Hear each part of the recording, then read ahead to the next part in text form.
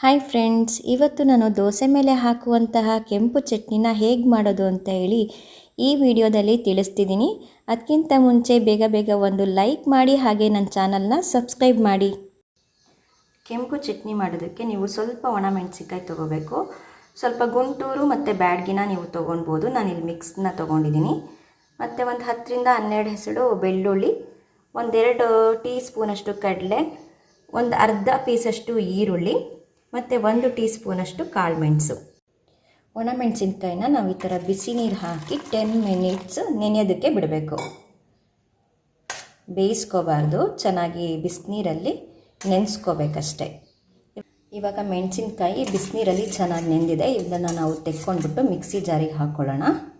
ಒಂದು ಮಿಕ್ಸಿ ಜಾರಿಗೆ ನೆನೆಸಿರೋ ಅಂತಹ ಒಣಮೆಣಸಿನ್ಕಾಯಿ, 10 ರಿಂದ 12 ಎಸಳು ಬೆಳ್ಳುಳ್ಳಿ, 1 ಟೀ ಸ್ಪೂನಷ್ಟು ಕಾಳುಮೆಣಸು, 2 ಟೀ ಸ್ಪೂನಷ್ಟು ಕಡಲೆ, ಒಂದು ಅರ್ಧ ಈರುಳ್ಳಿ ಮತ್ತು ರುಚಿಗೆ ಬೇಕಾಗುವಷ್ಟು ಉಪ್ಪನ್ನು ಹಾಕ್ಬಿಟ್ಟು ಚೆನ್ನಾಗಿ ನೀರನ್ನ ಕಡಿಮೆ ಹಾಕಿ ರುಬ್ಕೋಬೇಕಾಗತ್ತೆ. ಇದನ್ನು ನಾವು ದೋಸೆ, ಚಪಾತಿ, ರೊಟ್ಟಿ ಮತ್ತು ಕೆಲವು ರೈಸ್ಗಳಿಗೆ ಸೈಡ್ಸಾಗಿ ಕೂಡ ನಾವು ಯೂಸ್ ಮಾಡ್ಬೋದು.